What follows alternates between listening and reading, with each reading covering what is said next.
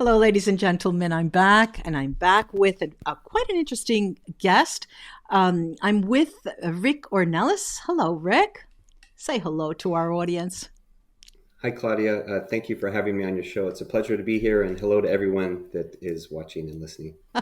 I'm laughing because before we got on, I was giving him instructions. When I have to push record, you don't say anything. And so when I said, say hello to our audience, I thought, he's not going to say anything. Instead, he did. Okay, so who is Rick? He's talking to us from Texas now. Who knows where he'll be in the future? But he's quite a he has a lot of hats. Let's put it this way. He's a business strategist, best-selling author, a professional coach, and founder of I Spark Change. Now, I'd like to start with that. And because I see, Rick, that most of there's so many things here that I can say about you. But what is interesting for me is the notion that something occurred to you and all of a sudden there was an awakening, a spiritual awakening. I'd like to lead with that. And then we can go talk about other things. How's that? Just tell me Yeah. first, where was Rick when he was growing up? So, Claudia, I grew up in Southern California, Mm, near Los Angeles, and Burbank to be exact, which is where all the studios are, Disney, right, NBC, all of that. My high school right. is right next to all of And those. now you're going to tell And me you wanted to be an actor all your life? so, actually, when I was younger, I did because Oh, it was right there. right, Yeah, right. it was right there, and so I did, and I dabbled in a couple little things, and Yeah. I was in a Japanese music video one time, which was Oh, crazy. I was actually a person dancing, if you could believe that, in a oh, Japanese you mean music video. you were on stage or in pictures? It was at this tiny little club in Hollywood, Uh-huh. and we never even got to see it because Oh, it was live. It was shown ah, live in Japan, so I never even got to see it. your big But moment and you little things like missed it. that. Yes, big moment as a teenager. Um, but I grew up the youngest of five, so I have Hmm. four older sisters, Oh, and oh my God. So you must have been the god of the family. Everyone must have revered you and held you up and put you on a pedestal, I imagine. I I'm don't know, I maybe a little that my usually this I'm sisters. talking from an Italian perspective, the Italian families or even Jewish families to that for that matter. So you were the Yes, last, you somewhat. were the baby. Yes, I was the baby, so I was, yes, that I did get a lot of support from my sisters and my family, and did Hmm. get babied, if you will, Yeah. in many respects, and they did look after me. But my parents were, disciplinarians, especially my father. So, we're Oh, very structured. I mean, 12 years of Catholic school, and very very was structured he life growing structured up. with the girls as well? Oh yes, and Okay. more so with them than Ah. with me, actually. Hmm. Actually, which is kind of typical, as a parent, especially not only being a male but being the youngest. Okay, so you had a Catholic upbringing. Does this mean the sacraments and baptism? I can't remember what they call them. I went through them. I can't remember myself. Confirmation, these things. Did you go through those? Yeah. Yes, yeah, I went through all of those, as did all my family, and that was a big part of creating who I was as a young person. Why? You Why know, do you say that? That conditioned you? I, I say it in the sense that my one of the most important things that my father instilled in myself and all of us was the power of your faith, and how Hmm. strong faith is, and to have faith as an ally, I guess, and to Yeah. have faith be a part of your life. So Hmm. that was really important, growing up, and that's where I say that it was. Yes, obviously different parts of the sacraments or church or whatever that played a role, but the biggest part was the faith. Just Hmm. to have faith in your in In your God, to have life. faith in Hmm. your family, in your life, all of Hmm. that. So then, what did young Rick, with all this faith, move on to do after high school? I mean, did you get, were you one of those athletes who got a scholarship for some kind of uh, sport, or what? Did you go on and what did you do? I did. I actually did receive a scholarship, but it was Oh, academic. It ah, was good, an academic scholarship, good. and actually all of my sisters did as well because, as I said, disciplinarian parents. So our studies were super important, and Important, yeah. so yeah, I went on to university, and I my whole thing was I wanted to be done, and I wanted to get through college as soon as possible, and I What wanted to did you be working major? and out in the What world. did you major in? I started, if you could believe it, as aerospace engineering, and that lasted. Ah, that was my dream. How Yeah, long that did was that mine last? too. How long It did that lasted last? like a month Oh my until I God. started failing in a Oh, it's class, tough. It is tough. It is and tough. then I went undeclared for a while, and then I ended up communications and marketing is Oh, was I my get it. major. Yeah, you were one of those. I don't know It's, what you mean, but well, yeah. it's like language. I come from the language area, right? So I know right away which students are lazy and which students are go-getters. All of the Italians who study Spanish, but if they go toward Japanese, Chinese, that's a different story. So you're in marketing, and you went the whole 4 years, I guess it is, or three, the remaining period. You did finish. Yes, I graduated in 4 years. I Mm-hmm. had to with my scholarship because it was just for 4 years. So I Mm-hmm. graduated, got my degree, and started working right away in sales, different sales jobs because wanted to start working. I wanted Mm-hmm. to get out into the world Making money. and Mm-hmm. making money and being on my own The and all those independent. things. Hmm. Yeah, So being now independent. you did go through all of that. Let's say business. I mean, you call yourself a business strategist, and when you call yourself a best-selling author, I imagine there is a book, correct? Yes, Is there more and than that one there's one that and a is half? out. It came out last year, and there's one that's in the works. Okay, Yes, what one is the that's in the title of works. that? The first. The title is 12 Hours of Heaven Lessons for a Better World. Okay, so now we're in heaven. I like this place. Now, it has nothing to do with your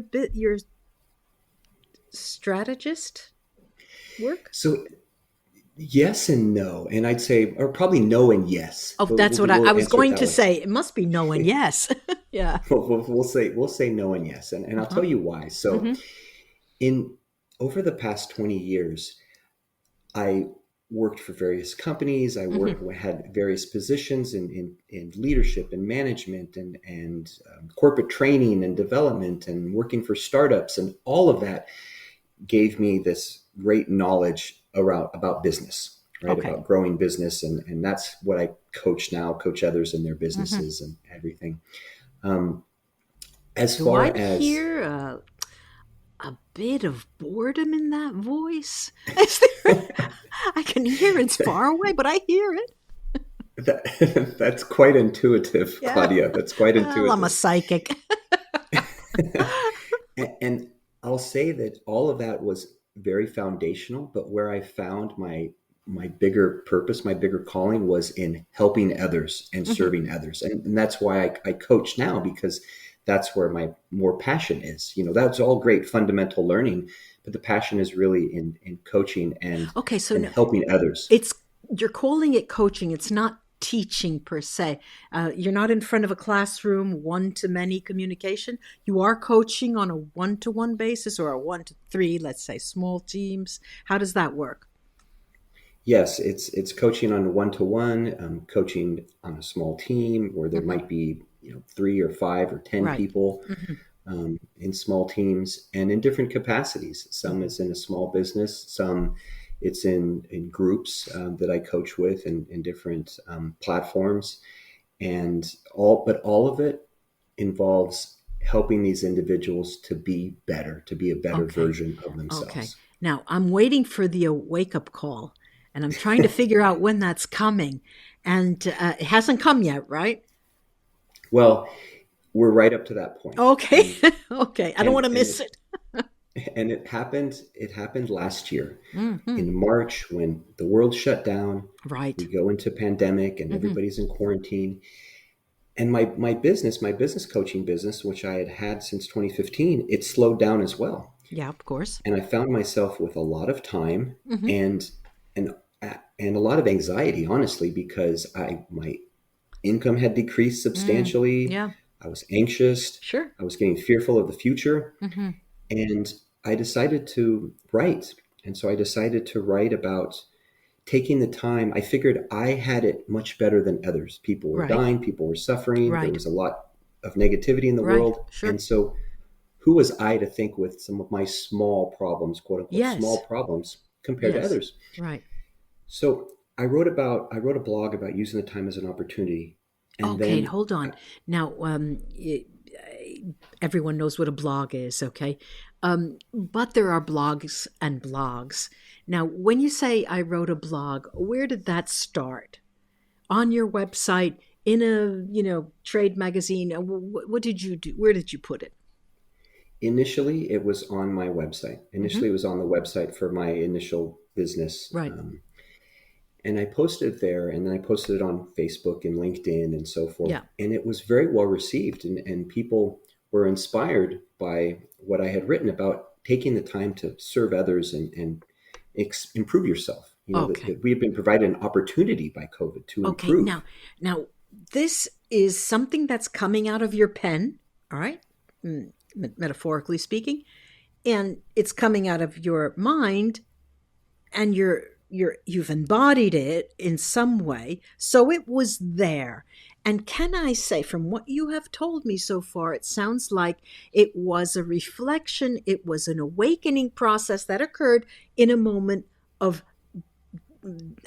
dire crisis, the pandemic period, for business reasons and for spiritual reasons.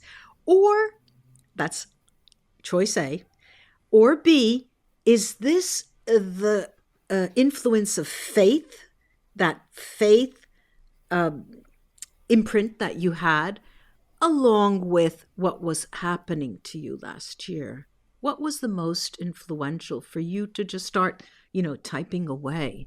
And it went from choice A to choice B, and I'll explain, Claudia. Okay. What Okay. happened was initially I started writing as out of desperation, out of a result of the Yeah. circumstances of what was Uh happening, huh. right? Hmm.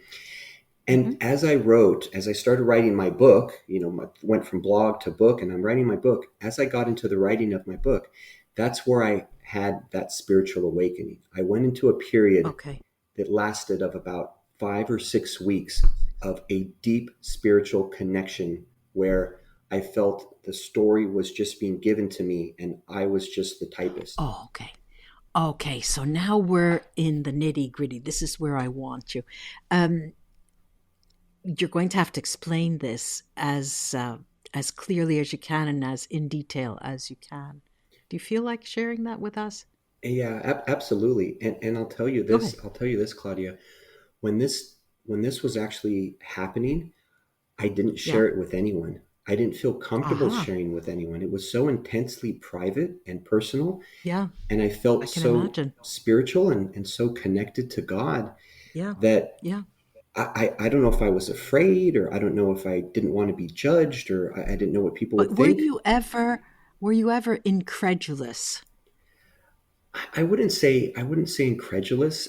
I would say that maybe I was just a little. I think afraid is really the best Right. thing. It's Okay. just afraid, Hmm. and also it was such a wonderful and personal experience that I felt like the presence of God or the presence of the Holy Spirit Okay. as I was writing, that it was really special. And I don't know if Okay. So now what selfishly I wanted to happened? just Come, keep I that for want to know me. how. I want to know how. How did it happen? I mean, did it happen in one moment, all of a sudden? it it happened over multiple moments. So just Hmm. I'm writing the content of my book, which is little spoiler. It's about an angel that is sent down from heaven, Uh-huh. And so I'm writing about this, this spiritual story and this beautiful story. And I found myself, I'd be writing and I just come to tears, and I just come to tears, and I would Mm-hmm. feel like God was right here with me, like he had his arm Mm-hmm. around me as I was writing. Yeah. Or I'd wake up in the middle of the night with dreams and of all sorts of things that he wanted me to create. Or I'd have visions of things that I was supposed to do or to write about. And, Mm-hmm. and, and like I said, it lasted for about 5 or 6 weeks, and it would just be Mm-hmm. off and on. It would just happen, most of the time when I was writing, just intense. Like I said, I'd get very emotional as I would write for, a period of hours every afternoon. Yeah. And the writing But excuse flourished. me if I interrupt you. Um, at any time during those moments, because you're couching them as moments, were there appearances, or was it just an energetic feeling that you felt around you? Was it light? Was it energy? Was it really light? Or did you actually see a figure? I never saw a figure when I Mm-hmm. was awake. I would have lots of dreams. I would have lots of Mm-hmm. dreams, or I would see things, but it was the presence. It was that energy that you're referring to Yeah, yeah. that I Mm-hmm. felt, and I had only felt it a few other times in my life in certain circumstances, but that it was so powerful and so strong that I was like, that, like, I'm like, God is here with me. Like he's right Yeah, here in this yeah, room. And yeah. yeah, super powerful. Energy is a great word for it, as you Yeah. said. So you're writing away. Um, you had started writing and then this occurred.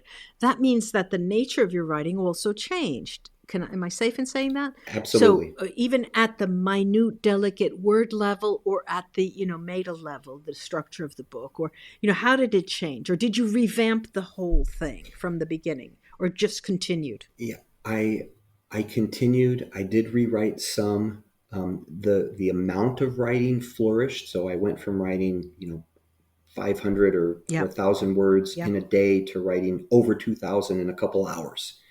Wow. The Phew. writing, That's a lot. yeah, it proliferated, and I'd say the quality and the content and the depth of the writing improved significantly. Did you, since it was so fast, because I mean, 2,000 words in a couple of hours is a lot. Did you use a recorder, or did you use just typing? I just typed, and I'm not a great Uh typist, huh. Claudia. I'm not a great typist. I can I, see you. I mean, I can see you. I use all my fingers, but I make a lot of mistakes and everything. And one thing I would do is each day I would write. And then the next day I would read over what I had written. Ah. And that's where I would make some Mm-hmm. instant edits. And that's where, a lot of the improvements came out of the Mm-hmm. rewriting, instead of that initial dump that was super fast. Okay, so the title of that book again, is that the 12 Hours of Heaven? Yes, 12 Hours of Heaven. And the subtitle 12 is Hours Lessons Heaven. for a Better World. Right. And the protagonist, you said, you gave us a spoiler, was an angel. What was the name of the angel? His name is Ezra, and Ezra. he's sent down from heaven to help some individuals, and he finds himself trapped in an elevator with 10 individuals, and they're trapped overnight, and that's where they're trapped for 12 hours, a period of 12 hours. And during the 12 Mm-hmm. hours, he's able to help them all through the biggest challenges of their lives. And those are Mm-hmm. the lessons that he imparts upon them. And earlier, when we were talking about how you said you wanted to get to the spiritual awakening and everything, and I Right. said that a lot of it came from the faith and came from my life and everything. All of those played a role in the Yeah. content of the book, in the lessons of the book. Yeah. Hmm. Hmm. All right. I'm thinking. I'm usually not this quiet. I'm thinking. I'm thinking because I like the notion of 12 hours stuck in an elevator with this angel coming. I like that, um, in the hands of a purpose who's a business strategist. I love that. I like it. I really think it's a good thing. So this you published on your own. You worked as an independent publishing, and you got it out. When was the date that you dropped the book? When was it published exactly? So I finished the book on July um, 23rd, and I In in 2020? 2020, yes, and I was at the end of June. I was not close to finishing. I was maybe halfway, Uh-huh. and then when in that Halfway? yes, And in 1 month you finished it? that's when everything flourished. In that 5 or so weeks when everything flourished, and then what was really special for me, and I think you would appreciate this, is in 2019, my father that I told you about earlier, who imparted faith in my life, he passed away at the age of 96 on, Oh my God, God bless him. on, Mhm. on July 25th of 2019. And as I started getting close, I dedicated the book to him, and I thought, I need to finish this by the anniversary of his death. And sure Yeah. enough, I finished 2 days before. Um, and I wanted the book to be out right away, as a lot Right. of authors. And then I spoke to a friend who's written 4 books, and he put me in touch with a publishing consultant, and she told All me right. that it would be It's a, not a easy. year or two if I was to go the traditional route. And Oh God, even more than that. yeah, a long time. And I felt that it needed to get out because people were suffering, and I wanted to give some people some hope and some Sure, inspiration. sure. Hmm. And she said, if you work really hard, then we can get this book out before the election and the holidays and everything. And the book was released on October 10th. So, Wow. 3 months, not even two yes, months, right? yes, July, August, September, 2.5 months. yes, Yeah. very, very Wow. soon Hats after. off to you. Um, So this was 2020. It is now a year and some that it's been out. Yeah. So let's say the key words that I keep reading in things that you have sent me is this sparking change. Um, and well, of course, you're the founder of I Spark Change. Tell us what that is. well, and thank you for asking, Claudia, because this is what's so important to me, and I think really to the world, is during that period where I told you I was having dreams and visions and a Right. flood of ideas. Mm-hmm. I feel I was given, this idea of I spark change. And that idea Mm. was born out of that period. The idea for creating a community, an organization to help spread positive change around the world. Okay. All right. When you say a community, an organization, what form did that take? Where did you go? Yell at the top of the mountain and God, what happened here? It's very interesting that you use those words, because as and you'll see why. Because as I told you earlier, when I was going through that period of Mm-hmm. spirituality, it was so personal. I didn't tell a soul, not even my wife. Mm-hmm. As soon as I finished the book and I said, okay, the book's done, I need to get this out, and then I'm going to create this organization, I Spark Change, I wanted to scream from the mountaintops. Those are the exact words I used, the Good. exact Good. words that I wanted to scream from the mountain. I wanted to tell everybody I possibly could. Right. So Oh, so what did you do? I recorded a video of myself in my backyard and posted it online and social media, and it was viewed thousands of times, and the support was incredible. And then I Mm-hmm. said, okay, I started the community. We built a Facebook community and built a website and created iSpark Change. And for the past year, we were just celebrating our anniversary. Actually, last week, um, we we've been growing the community. We've Well, been what does the community do apart from, feeding off of each other? Being in one place is already significant.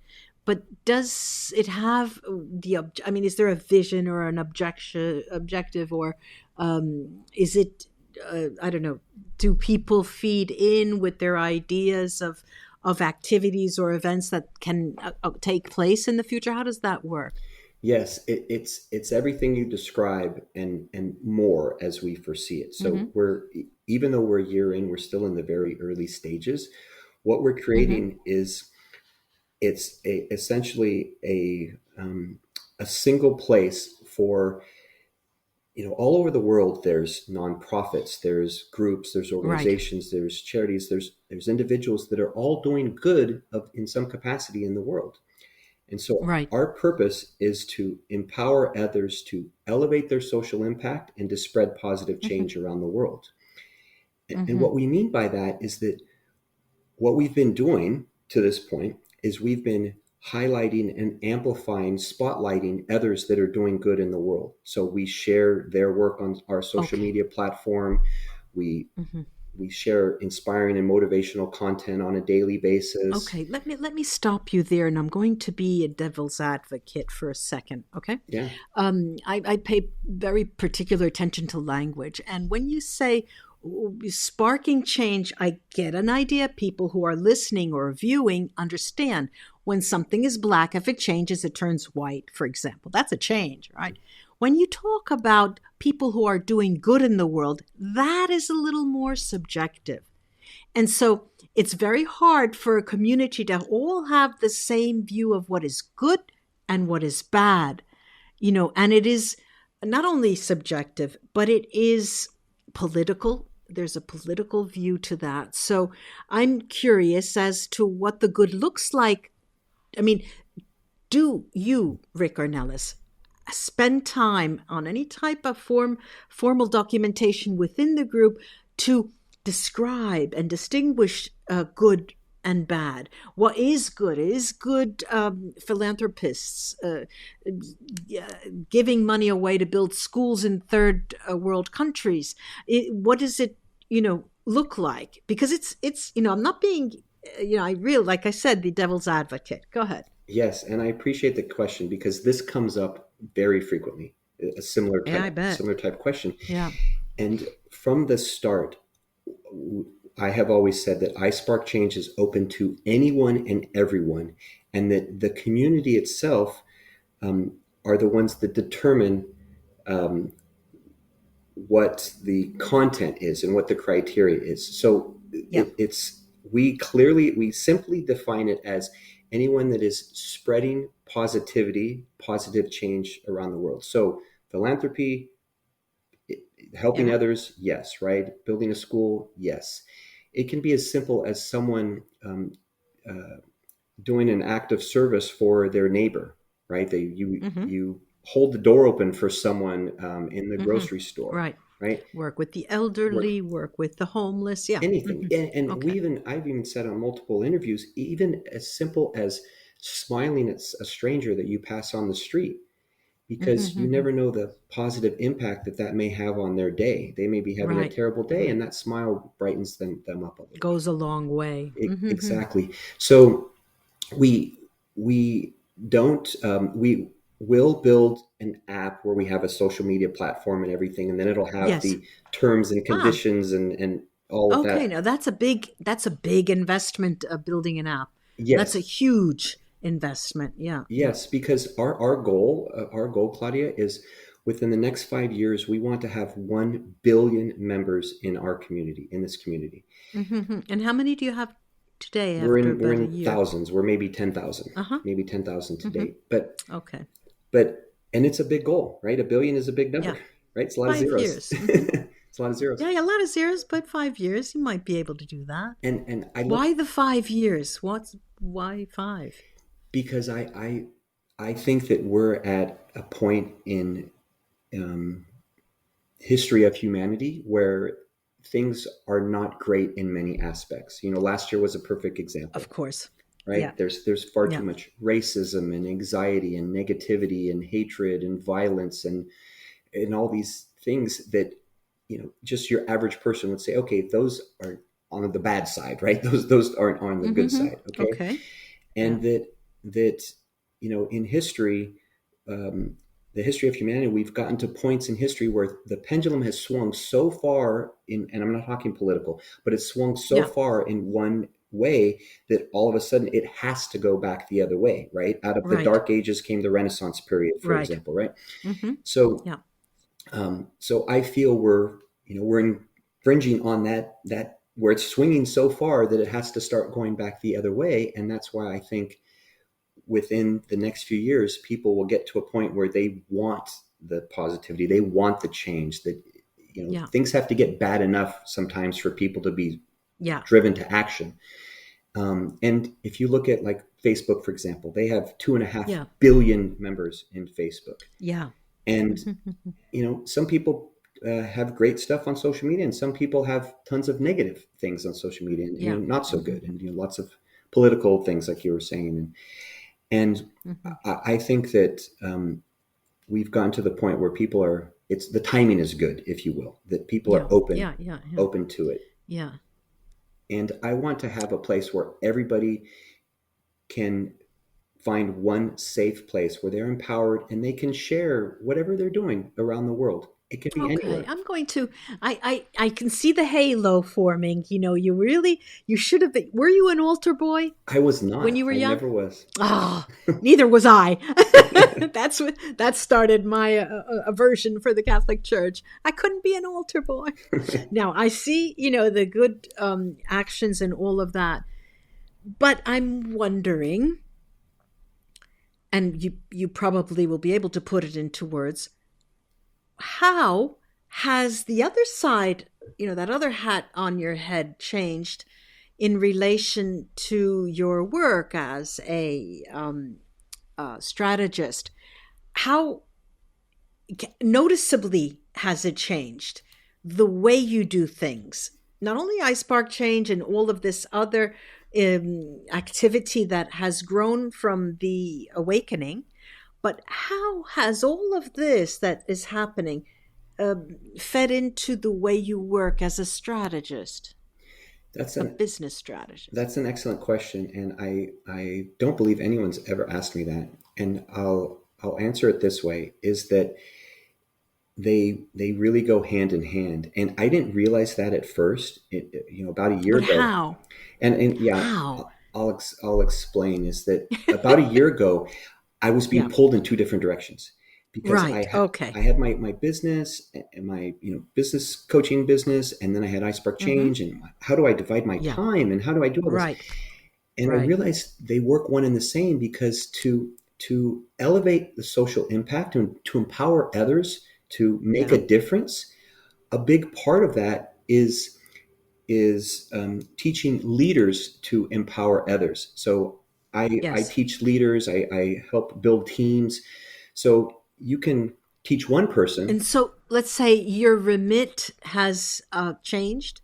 Your remit, I think in the UK they say, in the US they say remit, and in the United States they say remit or something. Your objective, your job goal changed slightly. Yes, slightly. Yes, slightly. In that, Mm-hmm. now what I'm focused on the business side of things is I'm Mm-hmm. focused on showing um, individuals that they can have a social impact component to their business, and that they can, as a leader, that it's their responsibility to provide greater impact beyond their small team Mm-hmm. or their small Yeah. business, right? That their Mm-hmm. work, work, whatever that work looks like. So, for example, you Yeah. with your multiple voices show, that by that platform and giving people a voice to share, that's having a greater impact within the Sure. world, right? It Mm-hmm. has an Yeah. impact on a grander scale, and that's Mm-hmm. what I want to show all these individuals that that I work with, and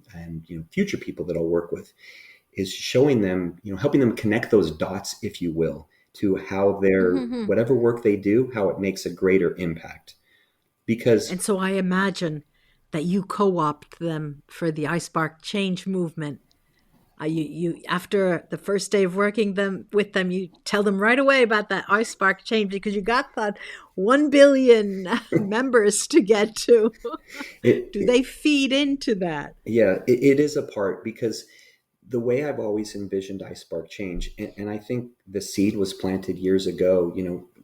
In my opinion, God works over time. He'll plant seeds and everything, Mm-hmm. And from 2009 to 2012, I had an idea for a social media platform and I started working on it. And then I didn't have the resources or resourcefulness to get it going.